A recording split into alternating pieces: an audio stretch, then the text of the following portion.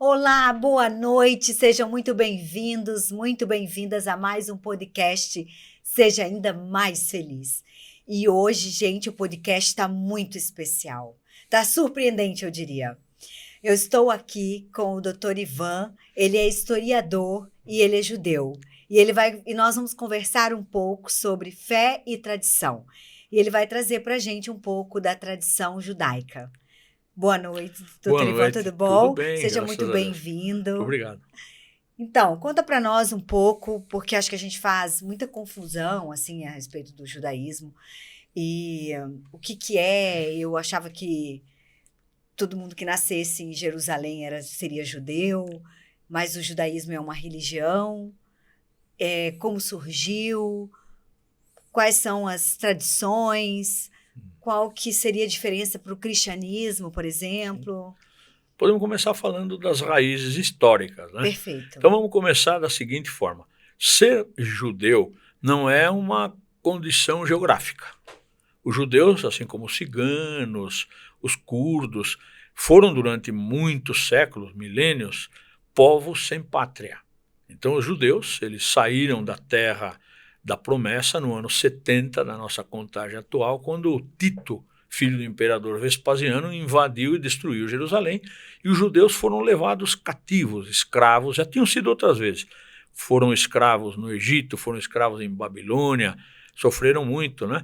E no ano 70 da nossa contagem foram levados para a Europa pelas tropas romanas, e parte desses sobreviventes foram levados para Portugal e Espanha, outra parte para a Itália e uma parte para um lugar que os judeus chamam de Askenaz, que seria a Alemanha de hoje em dia. Então, os romanos mandavam em toda a Europa, de tal maneira que pegaram esses judeus e levaram como escravos para os lugares que estavam sendo, vamos chamar de civilizados pelo Império Romano. De tal maneira que parte dos judeus que saem de Jerusalém e vão ficar fora da sua terra, chama-se diáspora, na diáspora, longe de Jerusalém, longe da terra de Israel, longe da terra da promessa, vão formar comunidades de escravos em Portugal, na Espanha. Hoje se sabe que 60% dos espanhóis, portugueses e do sul da Itália, eles têm sangue judaico. É interessante isso, um dia a gente pode falar sobre a biologia dessa situação, porque nosso DNA, ele tem o DNA do núcleo, né, o DNA que a gente recebe metade do papai, metade da mamãe, mas nós temos um outro DNA que é o DNA mitocondrial. É um DNA que está nas mitocôndrias. E, para uma surpresa dos geneticistas, o DNA mitocondrial, que vem só da mamãe, para os judeus o que manda é o ventre, a origem materna, o DNA dos portugueses, dos espanhóis e dos italianos e parte dos alemães é DNA judaico. Então isso é interessante, né? E por quê? Como esses caras foram parar lá? Primeiro, foram trazidos como escravos. Na Espanha e Portugal e no sul da Itália, vai se dar uma denominação, esses judeus vão se chamar sefaradim. Sefaradim, o sufixo in, né, plural. O indivíduo é sefaradi. O indivíduo com i no final é um sefaradi, que é originário da Península Ibérica e do sul da Itália, né? São judeus portugueses e espanhóis. Muitos nem sabem que são judeus. Vou pular um pouquinho no tempo, sair do tempo do imperador Vespasiano e do filho dele, o general Tito, e vou falar da rainha Isabel e do rei Fernão de Aragão e Castela em 1492. Lá quando foi feito o Tratado de Tordesilhas, os judeus foram obrigados a se batizar, isso depois de 1400 anos, lá dentro da Espanha, Portugal e Itália, foram obrigados a se converter ao catolicismo na marra. São chamados de marranos, né? Que aliás é uma conotação de porco, porque marrano em espanhol é porco. Então os sefaradis, ou sefaradim, foram obrigados a se batizar no catolicismo, de livre, espontânea obrigação, senão Ou morriam. seja, a se converter ao catolicismo. Obrigatoriamente. Então, quando alguém se chamava Pereira, ele chamava-se antes Tapua. Quando alguém se chamava Haddad, ele passou a se chamar a profissão de Haddad, que é quem faz ferradura, então ele era Ferreira. Tsaitun virou Oliveira, Chafan virou Coelho, Gadi virou Família Cordeiro. Esses nomes estão todos registrados nos anais da Torre do Tombo, lá em Portugal, porque tinha que batizar. Os judeus que não se converteram, saíram da Espanha, de Portugal e do sul da Itália, foram para o Marrocos, muitos foram para o que é hoje o território da Iugoslávia, inclusive Sarajevo se falava uma língua parecida com o espanhol em função dessa saída dos judeus espanhóis. Então a gente pode imaginar, puxa, mas na Iugoslávia, sim, na Grécia, em Tessalônica, falava-se uma língua parecida com o espanhol. Por quê? Porque os judeus, portugueses e espanhóis, no tempo da União Ibérica, falavam uma língua parecida com o galego, que parece espanhol, parece português, mas é uma língua que acompanhou essa gente. Então, pessoas obrigadas a se tornar católicos na marra. Estou falando tudo isso porque talvez os nossos ouvintes, eles não saibam, mas talvez sejam judeus sem saber. Porque verdade. Todo mundo que tem nome de árvore, de animal ou de cidade já foi judeu um dia. O meu, por exemplo, é Lima. Com certeza, né? Exatamente. Então, nome de plantas, ou nome, por exemplo, de espinheiros, né? Kardosh, virou família Silva, né? Eu citaria aqui um monte de outras coisas, mas não é o objetivo agora. O objetivo, então, é dizer que ser judeu não é uma condição geográfica, porque foram esparramados. Os judeus que foram para a Alemanha, aqueles que o Hitler assassinou, né, 6 milhões, são chamados de Askenazim. Lembra que eu falei que o leste europeu, a Alemanha, é chamada de Askenaz, colocando o sufixo in no final de Alemanha, em hebraico, né? Askenazim são os judeus alemães, aqueles que o Hitler perseguiu. Os Sefaradim são os judeus que a Igreja Católica obrigou a ser católicos na marra, né? Eu estou sintetizando muito, essa história é muito mais extensa que isso. Mas é simplesmente para mostrar dois grandes grupos. Askenazim, os do leste europeu, Sefaradim, da Península Ibérica, sul da Itália, vamos chamar assim, judeus ocidentais. Mas todos eles têm uma raiz comum, sejam Askenazim, do leste europeu, sejam Sefaradim, da Península Ibérica, todos são descendentes de um só pai, Abraão. Abraão era um homem que viveu lá em Ur, na Caldeia, lá perto da Babilônia, na Mesopotâmia, e recebe um chamado de Deus dizendo que ele ia se tornar pai de muita gente, né? Ele chamava-se Abrão e Deus disse, você vai mudar, vou mudar seu nome, vai ser Abraão. Abba é pai, Raá é muita, Aam é gente, você vai ser pai de muita gente. Né? Tinha uma esposa chamada Sarai, né? Que é encrenqueira, a tradução é essa, né? E depois vai mudar para Sará, que é princesa, né? Mas Sarai era alguém que arruma polêmica. E vai ser a mãe do Israel, dos israelitas, que também parece que gostam de um pouco de encrenca. Né? Mas a questão é que o Abraão tem, então, duas mulheres, né? Naquele tempo podia, né? Sara, que era esposa, mas era infértil, que vai se tornar depois mãe dos judeus, e Agar, que é mãe dos árabes. Ou seja, árabes e judeus são irmãos, filhos do mesmo pai. Não sei por que a gente vive brigando. É porque você falou que os israelitas... Gostam de uma encrenca. Gostam de uma encrenca. E a encrenca vem desse tempo, porque Sara e Agar não se bicavam, elas tinham assim uma antipatia, e tanto que a Sara vai fazer o Abraão mandar o Ismael embora, que é o pai dos árabes, né? E Agar vai sair junto com ele. E é uma história muito antiga, né? Um dia falo sobre Jerusalém e o porquê do nome Yerushalayim. Yerushá quer dizer herança. Shalom ou Shalaim de paz. Só que o sufixo im é plural. Yerushalayim, lembra que eu falei que Askenazim, Sefaradim, Yerushalayim ou Jerusalém, quer dizer herança dupla de paz, herança para 2 filhos. Quais são os 2 filhos da profecia? Yerushá, herança para 2 de paz, herança de paz para 2. Ismael e Israel. É profético. Uau. Tomara, Baruch atah Adonai Eloheinu, que algum dia se entendam árabes e judeus. É uma promessa, né? É uma promessa, né? Tomara que isso aconteça o quanto antes. Mas voltando a essa questão vamos dizer assim, da origem, tá? Os judeus estiveram dispersos pelo mundo, foram escravos em Babilônia, debaixo de Nabucodonosor, sofreram na mão dos assírios, dos egípcios, dos nazistas, né? Os nazistas praticamente exterminaram os Askenazim, que são esses judeus, que têm algumas diferenças linguísticas dos judeus Sefaradim.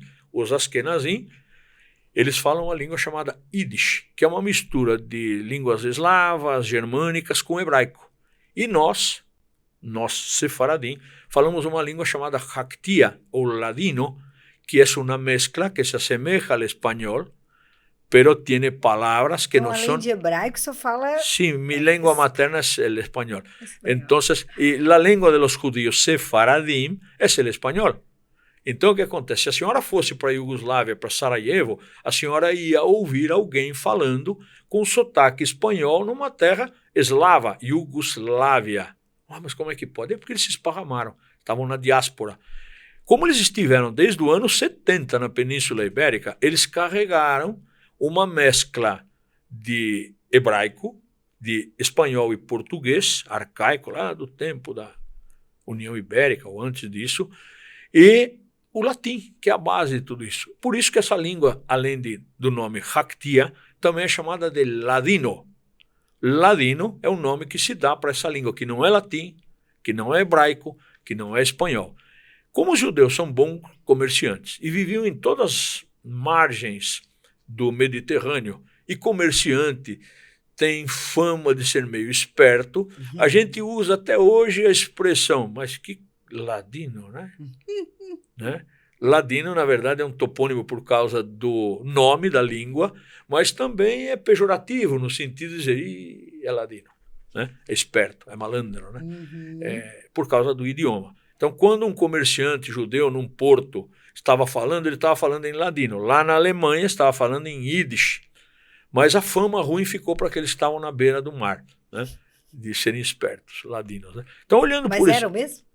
Eu acho que não. Não, né? Quer comprar essa Torá? Vendo baratinho. Os judeus são bons de negócio, né? É um povo que é alfabetizado desde sempre, diferente dos outros.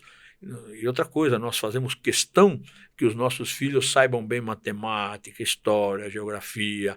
Isso é um hábito da gente. A gente quer que a criança cresça no meio dos livros, né? Nós somos também chamados de o povo do livro, porque para nós, a nossa maior riqueza é o conhecimento, né? E a gente faz questão de passar isso. E os judeus passavam isso. Só que o judaísmo passou por diversas fases sofridas ao longo de toda a história, desde Babilônia, Egito. E por causa de Jesus ter sido também um judeu e, teoricamente, ter morrido por culpa dos judeus, até hoje se usa uma expressão que eu não gosto de usar, mas a gente usa, ela é pejorativa, assim como da língua, ladino, né? É um negócio assim meio que desfaz, né? Eu vou usar uma outra palavra agora que eu não gosto, porque ela é pejorativa, ela é xenofóbica. Quando a senhora não gosta de alguma coisa que estão fazendo, por exemplo, um menino está maltratando um gato, ou dois irmãos estão mais velhos discutindo com o mais novo, é usual se dizer assim, para de judiar do seu irmão, menino. É verdade. Você está judiando esse gato? Ou que judiação, né? Judiar é imitar judeu, é ser mau. Então os judeus têm a fama de ladinos, têm fama de serem maus, né? Porque Jesus morreu e culpou-se os judeus. Foram os romanos que mataram, né? Mas é uma judiação, né? Não é uma judiação. Judiação é um termo pejorativo para dizer que é uma coisa que os judeus fazem, judiar, maltratar, né? O que não é verdade. Pelo contrário, nós fomos maltratados em Babilônia, no Egito, pelos nazistas, pela rainha Isabel, que obrigou todo mundo a se tornar católico na marra. Então, quem judiou dos judeus não foram os judeus. Mas eles ganharam a fama. Levamos. Papagaio come milho e o periquito leva fama. Exatamente. Né? Mas então, em essência, a história é essa, vamos chamar assim, da diáspora, né? Por que os judeus estão em toda parte? Mas eu me referi a dois grupos apenas. Eu falei dos judeus da Alemanha, os Ashkenazim, do leste europeu, porque vai até a Rússia. E dos judeus dos judeus sefaradins, ibérico. Se eu falar sefaradim, já estou colocando plural. Falei sefaradins, não há necessidade de botar o S no final, porque falou im, já é plural. Sefaradim. Se eu falar sefaradins, é redundante, né? Porque eu estou usando dois plurais, um em hebraico e um em português. Sefaradim. Os sefaradim, eles foram expulsos da Espanha. Muitos vieram com as caravelas para a América. Então, nós temos um contingente enorme de pernambucanos, por exemplo, que sequer imaginam que são descendentes dos judeus que foram expulsos. Vou citar o nome do primeiro rabino lá em Pernambuco, chamava-se Isaac Aboab da Fonseca. primeiro rabino. É uma história interessante, um dia eu posso contar, porque esses judeus foram trazidos para cá, muitos vieram nas caravelas, outros foram trazidos pela fase em que Maurício de Nassau apoiava e defendia os judeus, ele era holandês, e muitos judeus foram para Pernambuco, né? E ali havia uma comunidade imensa. Até uma coisa rápida, só para abrir um parênteses aqui. Esses judeus, quando Portugal toma Pernambuco dos holandeses, eles são obrigados a voltar para Amsterdã. E o Maurício de Nassau vai embora. E esses judeus, novamente perseguidos, não há judiação, são mandados embora, só que o navio deles naufraga. Naufraga. E naufraga num lugar a caminho da Holanda, onde havia uma tribo de indígenas, num lugar que se chamava Manhattan. Eles naufragam ali e os judeus pernambucanos são os fundadores de Manhattan, ou seja, Nova York surge de uma raiz judaica de judeus pernambucanos. Uau. Que, naufragando nas margens ali, conseguiram se salvar, estabeleceram, tem uma comunidade e tem o cemitério. Eu estive lá, o cemitério Sefaradim, pernambucano, em Manhattan, lá em Nova York. Então, Uau. os judeus estão em toda parte. Isso nós estamos falando ainda de Askenazim e Sefaradim, mas nós podemos ir um pouco mais distante. Se nós formos lá para a Índia, nós vamos encontrar judeus indianos, Bnei Manassé.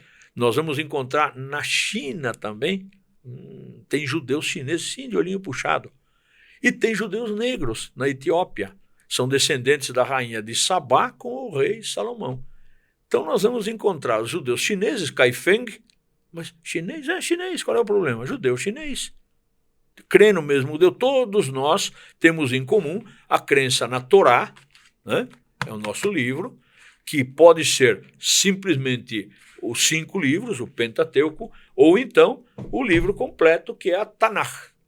Torá, Nevim e Ketuvim. A Torá, os 5 livros, Nevim, os profetas, e Ketuvim, os salmos. Então, Tanakh. A gente escreve Tanakh, né, com H, tem que colocar esse J aspirado no final, Tanakh. Né? E o livro é o contrário, né? Ah, sim, a senhora lembrou bem. Então, à frente de um livro tradicional, vamos pegar aqui, ó, a Bíblia hebraica feita para brasileiros. A gente abre assim, né? A Bíblia hebraica feita para judeus, a gente abre ao contrário. A gente abre do lado esquerdo. Por que isso? Porque nós escrevemos da direita para a esquerda e não da esquerda para a direita. Interessante. Então, nosso começo é no fim, nosso fim no começo. Nós somos um povo profético. Nós contamos o fim antes que o começo aconteça. Então, essas tradições todas, elas unem o povo judeu, apesar das diferenças geográficas. Então, vai ter judeu indiano, vai ter judeu chinês, vai ter judeu negro, e não são poucos, viu? A gente imagina judeu, a gente imagina aquele cara de barba comprida, com o cabelinho, vestido de camisa branca, calça preta, como os ortodoxos fazem até hoje. Mas não, nós vamos ter judeus árabes, que falam uma língua, cantam a maneira árabe, comem da maneira árabe. No Marrocos, de onde vêm meus ancestrais, são populações de características semitas árabes. Lá em Askenaz, os Askenazim, tinham, infelizmente, muitos foram mortos, mas tinham um aspecto mais ocidentalizado, porque, é claro, se misturam, então eram mais claros do que os judeus Sefaradim, que tem cara de moro, né, que tem cara de árabe. Mas essas diferenças, vamos chamar de étnicas, são compensadas e unidas porque nós todos acreditamos num só Deus, no Adonai, pode se chamar de Jeová. E a gente pode dizer que todo judeu segue a Torá e... Eu vou responder sua pergunta com uma pergunta. Todo cristão segue a Bíblia? Está respondido, né? Tem judeu que não segue, né? Todas as pessoas que nascem cristãs continuam acreditando em Deus ou tem alguém que nasceu cristão e virou ateu? Tem também, né? Tem também. Entre nós, a mesma coisa. Tem de tudo, né? Tem gente boa, tem gente ruim, tem gente honesta, a maioria, tem desonestos. Tem ladinos. Tem ladinos. Mas ladino no mau sentido, né? Tem de todo tipo. Em qualquer povo, nós somos iguais a quaisquer outras nações. A diferença é que nós não tínhamos um território. Então, até 1947, Porque lembra que eu falei que Tito, filho de Vespasiano, trouxe os judeus como escravos quando ele destruiu Jerusalém. Um pouco foi para Askenaz, outro pouco foi para Sefarade, outro pouco foi levado para regiões do norte da África. Enfim, eram escravos, né? Você leva o escravo onde você precisa de mão de obra. Essa gente toda que se esparramou precisava ter novamente um lar. E houve uma lei promulgada pelos ingleses, porque todo o Oriente Médio pertenceu ao Império Turco-Otomano. Depois da Primeira Guerra Mundial, parte desses territórios foram divididos entre Inglaterra, que ficou com a maior parte do território do Oriente Médio, que era dos turcos otomanos. Os franceses pegaram a Síria, o Líbano, depois pegaram Marrocos, Inglaterra pegou o Egito, mas tinha um pedacinho que ficou na mão dos ingleses chamado Palestina.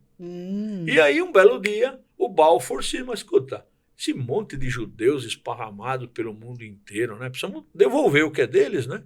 Porque é nosso. A terra da promessa foi feita a promessa, né, para Abraão, que eu vou te dar a terra que mana leite e mel. Moisés levou o povo para lá, viveram felizes, não para sempre. Mas algum dia o Tito, filho do Vespasiano, tirou todo mundo de lá, esparramou, estavam todos na diáspora. Em 1947, o Estado de Israel volta a existir. Mas quem estava morando lá nessa época? A turma do Ismael. Então daí a briga. Daí a briga. Mas como é uma herança dupla de paz, Jerusalém, né, a gente espera que algum dia possamos nos entender, né? E todo mundo fica com seu pedacinho lá na Terra da Promessa. É porque eles acreditam que aquela terra é deles. Aí vai dar outra briga. Exatamente. Tudo se arruma briga, a senhora já notou? Já. Uma coisa, é por causa das diferenças de interpretação, é por causa do território. Mas essa questão do território, ela é uma questão assim que pode ser resolvida, sabe? O problema não é religioso, não. O problema é porque é muito parecido. O islamismo e o judaísmo são extremamente parecidos. Do ponto de vista de adorar um só Deus, os hábitos alimentares. O senhor já leu o livro? O Alcorão, sim, eu né? gosto muito, acho muito, muito interessante. Inclusive, o Alcorão traz similaridades com o cristianismo, fala da Virgem Maria, fala de Jesus, fala de Moisés, tocando no assunto judaico, né? O Maomé, ele era em certo sentido, um agregador. Ele juntou sincretismo religioso, né? Depois, infelizmente, como ninguém é perfeito, né? Houve uma divisão entre sunitas, que seguem um outro livro chamado Sunna, e os xiitas. Xiitas são minoria. Mas disso nasceu um radicalismo, e é difícil, porque todo mundo quer ter razão, né? Exatamente. E aí fica essa briga. Mas a esperança é que se chegue a um consenso por uma questão de inteligência, de que a Terra é uma possessão dupla de paz. É uma herança de paz para dois, né? Jerusalém. Tomara que isso se realize o quanto antes, né? Nós esperamos que o Messias venha para consertar isso, né? Ou que ele volte. Ou que ele volte, né? Se a senhora preferir. Mais alguma pergunta? Muito bem. E a respeito das tradições judaicas? Aí nós vamos entrar num outro âmbito, né? É claro que cada localidade criou, além de idiomas ou dialetos diferentes, criou também costumes gastronômicos. Os Askenazim têm hábitos alimentares diferentes de nós, Faradim, né? Algumas coisas eles não podem comer, nós podemos comer. Essa semana, por exemplo, estamos na semana da Páscoa. Começa agora na sexta-feira, né? Certo. Nós podemos comer alguns grãos que eles não podem nessa semana, porque não se pode comer pão fermentado, nem que corra o risco de ser eventualmente fermentado. Só come-se um pão ázimo, sem fermento. Mas nós liberamos um pouquinho o uso de alguns grãos. Eles não, são radicais. Essas diferenças... Estou citando uma, tem outras, tá? Diferenças de alimentação. Nós temos em comum, por exemplo, o uso do talit, que é isso aqui, todo mundo usa, né? Que é um manto que a gente, ao fazer oração, né? Aqui tem uma oração, né, escrita, né? Em árabe? Não, em hebraico. Parece, né? Parece árabe. Parecido, mas pois é hebraico. essa oração, ela é uma simbologia da nossa submissão a Deus. Então, quando a gente vai na sinagoga, cobre-se a cabeça para mostrar que nós somos sujeitos a Deus. Também usamos uma kippá, né, que é esse solidel, a gente põe aqui na cabeça, para poder demonstrar a nossa submissão. Não é obrigado a usar. Muitos usam no dia a dia. Eu, particularmente, evito usar porque as pessoas interpretam mal, alguns ofendem e tal. Como eu acho que a minha submissão a Deus não requer uma demonstração visível, eu acho que eu me sujeito às ordens dele sem precisar usar. Mas eu uso nas festas, que nem agora. Essa semana nós temos o Pessah, que é a nossa Páscoa, eu vou usar, né? Então é algo... É uma tradição, É uma tradição. Nós também podemos usar, para não chamar a atenção, esse chama-se talit katan. Talit katan eu ponho por baixo da roupa, ninguém sabe que eu estou usando, mas é um talit igual ao outro, né? Então fica escondido embaixo da roupa. É uma miniatura daquele outro. Então pode-se usar isso daqui. O Hitler adorava quando ele via alguém desse jeito, né? Porque era prova de que era judeu. Então muita gente acabou evitando, vai se assimilando aos costumes locais para evitar a perseguição. Então são fatores que nos unem apesar das diferenças, né? Um Ashkenazi, ele vai falar com um sotaque bem alemãozado, eu não vou entender nada do que ele está falando, né? Porque parece mais alemão ou eslavo do que hebraico, mas tem palavras em hebraico. Assim como, para nós, eles não vão entender, mas tem palavras em hebraico. A nossa contagem é parecida, né? Nós vamos usar numerais, nós vamos usar as mesmas orações. Então, na hora que nós vamos na sinagoga, seja um judeu Kaifeng chinês, seja um Ben Menasseh da Índia, seja um judeu negro da Etiópia, seja um Sfaradi como eu, ou seja um Ashkenazi, todos nós vamos chegar lá e vamos rezar em hebraico. Baruch atah Adonai Eloheinu melech haolam. Vamos falar a principal oração nossa, que está em Deuteronômio 6,4, que está escrita aqui dentro desse quadradinho aqui, isso é uma caixinha chamada Tefilim, para que a gente nunca esqueça o que Deuteronômio 6,4 a gente põe na cabeça. Assim como os católicos têm terço, esse tipo de coisa, né? A gente tem isso daqui, que é um lembrete, para que a gente não esqueça das nossas origens, da nossa tradição, e como se a gente tivesse amarrado firmemente na tradição. Então, existe um jeito de colocar isso daqui, ele é todo cheio de regras, tá? E a gente faz uma oração enquanto coloca, e durante o período que está na sinagoga, a senhora vai entrar e vai ver que está todo mundo... E essa oração, ela já é pronta? Ela é pronta, ela é pronta. Ela é uma oração, tem uma que é a mais... que todos falam as mesmas, mas Shema, né? Shema é o Deuteronômio 6,4, que diz, escuta Israel, o nosso Deus é um só, o nosso Deus. Shema, escuta. Shema Israel, escuta Israel. Adonai Eloheinu, Adonai Echad. Ali tem um tetragrama, né? Yod, He, Vav, He, que é traduzido por Yehová ou por Javé, mas para nós um só é o Yehová, o Jeová, se você preferir, né? A gente não deve ficar falando à toa o nome sagrado, né? Por isso a gente fala Adonai. Então, Shema, escuta Israel, Shema Israel. Adonai Eloheinu, o Adonai, nosso Deus, é um só, não tem dois, não tem três. Então, para nós não tem trindade. E a gente deve lembrar disso o tempo inteiro, deve estar na nossa cabeça e no nosso coração. Nós devemos falar disso ao deitar, ao levantar, ensinar os nossos filhos. E é por isso que essa tradição é passada e durou tanto tempo. Eu vou falar algumas coisas aqui, acho que a senhora vai pegar rapidamente a ideia central. Primeiro, os judeus foram escravos lá na Babilônia, né? O que sobrou de Babilônia? O que tem lá em Babilônia hoje? Ruínas. Nada. Foram escravos no Egito também, né? No Egito também nada. Também, né? Roma, onde foram levados por Tito, filho de Vespasiano. Roma de hoje não é a Roma dos Césares. Sim. Também, e nós estamos aqui até hoje. Algum motivo deve haver por isso. Eu vou dar a resposta para a senhora. Duas coisas. Nós, diferente das grandes civilizações que desapareceram, eu podia citar os macedônios, Alexandre o Grande, todos que nos prejudicaram, que judiaram da gente, né, já foram. E nós vamos continuar e vocês aqui. Continuaram. Vamos continuar, por uma razão muito simples. Nós adoramos o único e verdadeiro Deus e prezamos as nossas famílias acima de tudo. A família é a coisa mais importante para nós. Seja caifengue de olhinho puxado, seja um judeu negão que a gente ama, seja um judeu alemão, daqueles que o Hitler matou, seja um judeu faradi, nós nos amamos. Ele pode pensar diferente. Aliás, tem um ditado que o meu avô falava: onde tiver 2 judeus, haverão pelo menos 3 opiniões diferentes. Ótima essa. A gente nunca concorda, sabe? Mas a gente se ama. Então, amar as famílias, amar o povo, amar a tradição, amar a Bíblia, eu acho que é o que nos manteve até hoje. Eu gostaria de saber onde está o Alexandre o Grande, né? Onde está o Nabucodonosor, ou o Faraó, né? O César. Eles já foram e nós vamos continuar aqui. Exato. Até a vinda do Messias. Baruch Hashem seja amanhã. E como é que é essa história? Como vocês veem o Messias?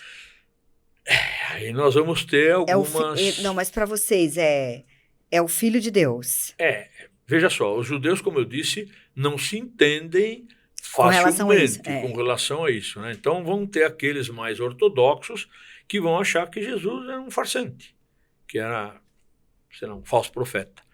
Outros, como eu, vão encarar Jesus como um personagem histórico que de fato existiu. Não, né? mas eu digo assim, não como vocês veem o Jesus do cristianismo, né? Como nós vemos Jesus, Sim. porque eu sou cristã. Sim. Mas vocês veem que rico, que é um podcast de um judeu com uma cristã. Pacífico, né? Pacífico! Podemos convidar um muçulmano. Poderia convidar um muçulmano, exatamente. Mas eu digo, como vocês, na visão de vocês, veem o Messias, o que a Torá fala sobre isso? A Torá não fala nada sobre ele. O que a Torá fala é que viria um Messias. Porque a Torá né? são os cinco primeiros Não, na verdade, livros. a Torá são os 5, é o Pentateuco. Pentateuco, Né? né? Pentateuco. Os 5 primeiros Então, livros da Bíblia Sagrada do cristão. Isso, do cristão e nossa também. Então, se a gente pegar aqui a Bíblia hebraica, essa está na posição ocidental, né? A Bíblia hebraica ela vai estar completa com todos os livros que compõem o Velho Testamento para vocês, né? Enquanto isso, essa é a Tanakh. Tanakh é completa. Torá, ela é parcial, ela é apenas a lei de Moisés, os 5 livros. Os samaritanos, que ainda existem até hoje, eles seguem apenas isso aqui. A lei de Moisés. Só a lei de Moisés. Mas a gente sabe que entre nós não é tão fácil chegar em acordos, né? Então nós vamos ter os ortodoxos... 2 judeus, 3 opiniões. No mínimo. Então o que acontece? Nós vamos ter outros que têm outras interpretações, algumas são mais radicais. Existem judeus chamados Naturei Karta, que eles são contra o Estado de Israel. Só para a senhora ter uma ideia, né? Tem judeu ateu, como Karl Marx, né? Enfim, a gente pode citar aqui uma infinidade de características, mas o ponto focal aqui é o seguinte: aqueles mais radicais que não aceitam Jesus, vamos chamar assim o Jesus bíblico... Sim, porque para vocês o Messias não veio ainda, ele virá, nós né? Esperamos que ele venha. Então, mas Aquele Jesus, ele foi um bom homem, como Maomé foi um bom homem, como Santo Agostinho, São Tomás, os profetas. Né? Mas como vai ser para vocês quando ele voltar? Quando ele vier. Quando ele vier. A Torá diz o seguinte, que construirão casas e habitarão nelas. Plantarão vinhedos e comerão dos seus frutos. Não construirão e outro terá morada. Hoje um pedreiro faz um prédio aqui em Balneário, mas ele tem que morar lá longe, né? No tempo do Messias, construirão as suas próprias casas e elas serão deles. Plantarão e comerão dos seus frutos. O leão comerá capim ao lado do touro. O leopardo se deitará junto com o cabritinho. Estou lendo um texto aqui mentalmente, né? Até mesmo a criança brincará perto da toca da naja e não se fará dano, nem se causará ruína, porque a terra inteira há de encher-se do conhecimento de Deus. Eu me emociono. Uau. Né? Então nós esperamos que isso seja em breve, né? Que Deus traga o reino dele. Os católicos, os cristãos de modo geral, fazem uma oração, né? Pai nosso, porque é nosso e de vocês, né? Sim. Pai nosso que estais no céu. Santificado seja o vosso nome. Baruch atah Adonai Eloheinu. Vocês fazem essa mesma oração do Pai Nosso. Santificado seja o nome dele. Baruch atah Adonai Eloheinu melech haolam. Venha o teu reino e seja feita a tua vontade na terra como é feita no céu. Existem criaturas no céu. Esse é um assunto para um outro dia, que obedecem a Deus. Tem os desobedientes também que se tornaram os Hassatam. Mas existem criaturas do bem, e aqui na Terra o paraíso será restabelecido. Nós esperamos assim, né? E o Messias, ele vai vir para fazer isso. Aquele primeiro não conseguiu, a coisa continua meio bagunçada até hoje, mas a promessa é de que ele vem para botar a casa em ordem, né? E nós esperamos isso. E vocês esperam isso? Em breve. Tomara que seja amanhã. É. Vai acabar a morte, a dor, a tristeza, né? Então, cada um viverá debaixo da sua própria figueira, da sua própria videira, e não haverá quem nos faça tremer, diz o profeta Isaías. Uau! Que bom, né? Que maravilha. Não vai ter dor, nem morte. É bom, né? O livro de Isaías Sim. É tremendo mesmo. Em essência é isso. Que legal. Mas me conta um pouco mais, assim, do... Vamos falar sobre... vamos falar do aspecto religioso em si, né? Isso. Existem divergências também, tá? Então, nós podemos dividir basicamente em um grupo que aceita estritamente a Tanakh, são os caraítas e parte dos faradim, aceitam somente. E existem aqueles que aceitam o Talmud, que aceitam as interpretações e colocam em pé de igualdade tradições, vamos chamar de tradições rabínicas, como se fosse a palavra de Deus. Então, nós temos dois grandes grupos, tá? Aqueles que são estritamente fixados na promessa e na palavra, e aqueles que são fixados na tradição. Hoje, os da tradição são um número superior, mas os caraítas já foram no passado um grupo grande, né? A gente pode retomar isso citando em termos cristãos os dois grupos do passado, os fariseus e os saduceus. Os fariseus têm seus similares hoje em dia, que são os ortodoxos, né? E os saduceus têm aí samaritanos, caraítas, parte dos faradim, que tem assim uma tradição menos apegada ao rabinismo, vamos chamar assim, as interpretações, né? Porque interpretação ela é uma coisa difícil, né?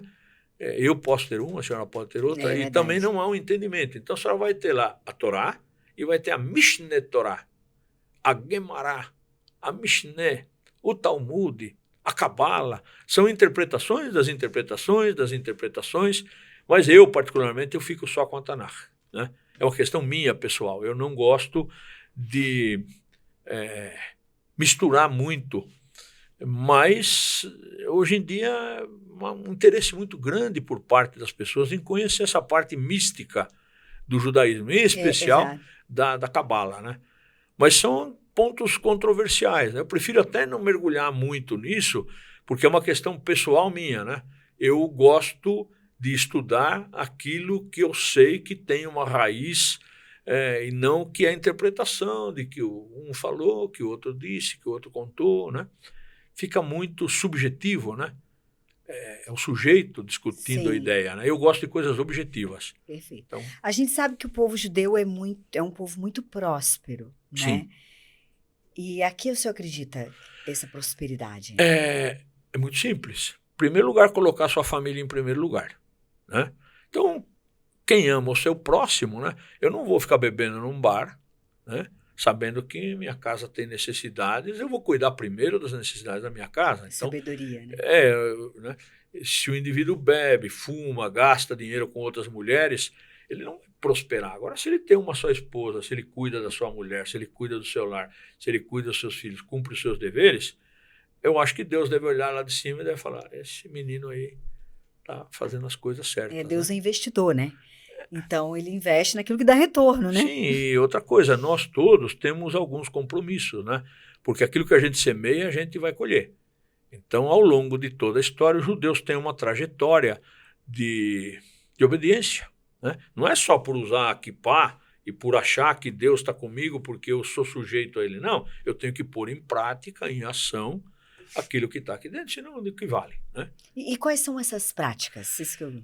Nós temos que, como primeira regra, amar a Deus sobre todas as coisas. O próximo como a nós mesmos, né? Então, quem ama a Deus não vai fazer coisas que desagradam a Ele. Por exemplo, nós temos respeito por um dia de descanso, que é o Shabat, nós temos as nossas tradições, agora vai vir a nossa Páscoa, a gente vai relembrar a saída do Egito, como Moisés nos tirou de lá, e a gente rememora como se nós tivéssemos estado lá. Uau. Então é uma mesa muito bonita, a nossa aqui em Balneário será no dia 16 agora, no próximo sábado, né? Junto com o Shabat. Mas nós prezamos as nossas festas, tradições, as comidas. Claro que, se a senhora for lá nos caifeng chineses, eles vão ter a comida deles lá, com palitinho e tal. Mas, se a senhora for lá na África, eles vão ter o jeitão deles.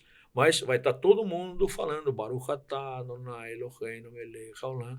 É uma forma de todos estarem sujeitos a Deus, amando a Deus. Amando ao próximo. Amar o próximo implica em amar o que está mais próximo. E o mais próximo de mim é a minha família. Depois os meus irmãos judeus. Então o judeu ajuda outro judeu. Então, é claro que se eu faço todo o esforço de dar a mão para o meu semelhante, eu não vou deixar no buraco. Então, tem só judeu rico. Não tem isso. Tem judeu pobre. Só que um judeu ajuda outro judeu. Então a gente não deixa o outro sucumbir. Está sempre estendendo a mão. E é por isso que o Alexandre o Grande já foi, o Faraó já foi. E vocês continuam. Eles preocupavam-se só com eles, né? A gente se preocupa com a gente. Então, eu acho que não tem um mandamento muito superior a isso, não. Vocês se preocupam com o povo, no caso, Sim, né? Com o povo. Porque a gente vê ao longo de toda a Bíblia essa preocupação de Deus com o povo. Né? E é interessante que essa ideia do povo... Esse cuidado, né, de Deus com o povo. Lembra que eu falei de sufixos, né? Uhum. Im é plural, né? Aam é plural de pessoas. Aam é povo, mas é muita gente, é plural de gente, né? Abraam, né? Pai de muita gente. É interessante que uma das nossas orações diz assim, Chai Israel Chai. Aam Israel Chai. Chai é vive, Israel vive, o povo de Israel vive. Tem uma música, Am Israel, Am Israel, Am Israel Chai. Odavino Chai. Israel vive como povo porque o nosso Deus vive. Odavino, nosso pai, Odavino Chai, nosso Deus vive. Am Israel Chai, o povo Am Israel Chai, porque o nosso Deus também Chai vive, né? Quando a gente bebe alguma coisa, a gente fala Lechaim, a vida. Olha. E aí, Odavino Chai, nosso Deus vive, e nós vivemos porque o nosso Deus vive. Uau. E como o nosso Deus não morre, nós também não morremos como povo. Olhando para os nossos inimigos, eles já foram, né? A rainha Isabel, que fez todo mundo se converter ao catolicismo, já morreu faz tempo, mas o povo judeu está aqui. Uau. Mudou de nome, virou Lima, virou Silveira, levou Pereira, mas o sangue está aí. Mas está lá. Está lá nas mitocôndrias. Exatamente. Fantástico, Seivan. Quero agradecer muito, Foi um prazer. Olha, e vamos fazer outros, né? Quantas vezes vocês quiserem. Vamos fazer sobre outros assuntos, né? Sobre a Cabala agora. Sobre a Cabala. Eu não sou um partidário da mística judaica, eu particularmente. Eu gosto mais de parar naquilo que eu consigo entender. Eu não gosto muito dessa parte Mas o judeu tem muito essa questão, não digo esotérica, mas ele tem um conhecimento dos números, assim, não tem? Isso chama-se Gematria, eu também gosto. Gematria, assim, a gente pode falar que sobre isso. Todo o universo a gente poderia se traduz em matemática. Algum dia nós podemos até passar isso de forma a se entender matematicamente isso. Exatamente. Vou só fechar o nosso assunto usando um pouquinho da Gematria, que é um dos pilares da Cabala, ou Kabbalah. Quantas traqueias a senhora tem? Como eu, como qualquer um de nós. Uma, né? Uma.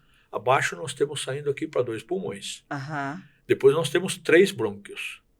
Depois nós temos 5. Depois nós temos 8, 13, 21, 34, 55, 89, 144. Sempre a soma dos elementos anteriores. Se a senhora pegar as flores, a senhora vai encontrar orquídeas monopetalares, com uma pétala. Depois vai encontrar bipetalares. Depois tripetalares. Mas a senhora não vai encontrar 4. Com 4 pétalas. Não tem trevo de 4 folhas, vai passar para 5. Quantas folhas virão a seguida? Flores com pétalas. É só somar os elementos anteriores. 1 e 1 deu 2, não deu? Aham. 2 e 1 deu 3. 2 e 3 deu 5. Quantas pétalas terá a próxima? Vamos pegar uma margarida. Ou vai ter 8 ou vai ter 13. Não existem números intermediários. Depois as outras, um girassol vai ter o 21, ou 34, ou 55, ou 89, ou 140 sempre. Número de caroços numa espiga de milho. Se ela for pequena, 55. Se for maior, 89. Não tem números intermediários. Uau. Se a senhora pegar um abacaxi e pega as helicoidais dela, um abacaxi pequeno tem 5 espirais. O maior pula para 8, não tem 6 nem 7. O maior pula para 13, 21. Sempre a soma dos elementos anteriores. Se a senhora pegar as medidas das pirâmides, a senhora vai ver que o topo dela equivale a 1. Depois terá 2, depois 3. 3. Depois 5. Sei. A 5 é. Sempre a soma dos anteriores. 1 e 1 dá 2. 2. 2 e 1 dá 3. 3. 3 e 2 dá 5. 5. 5 e 3 dá 8. 8. 8 e 5 dá 13. 13. 21. É só ir somando. Espera um pouco. Se eu arrancar a raiz do chão de uma planta, vai ter um apêndice, vai ter quantos depois? 2. 2, depois 3. 3. Depois 5. depois. 8. Sabe o que é isso? Ah. É a assinatura do Adonai. Onde ele passou, ele deixou escrito: eu passei por aqui. Uau. Uhum. A matemática do universo. Existe um arquiteto no universo. E ele deixou escrito isso nas plantas, no nosso corpo. E eu estou citando alguns exemplos, tá? A gente poderia ir muito mais longe. Então, o próximo podcast... Pode ser sobre isso. Vamos falar tá sobre bom? isso. Foi uma alegria, viu? Muito Fiquei obrigada, muito feliz Sevã. Eu também, muito mesmo. Estou à Foi disposição muito sempre. enriquecedor. Né? Eu fico Trouxe feliz. a história sempre é também muito enriquecedora, né? Então, nós aguardamos o senhor aqui Muito num obrigado. próximo podcast para a gente Vai falar ser muito sobre agradável. essa assinatura do nosso Deus Pai, do nosso Deus vivo. Perfeito. Né? Am Israel Chai ou Davino Chai. Tá vivo. É isso aí. É isso aí. Obrigada, gente. Muito boa noite e até o próximo podcast.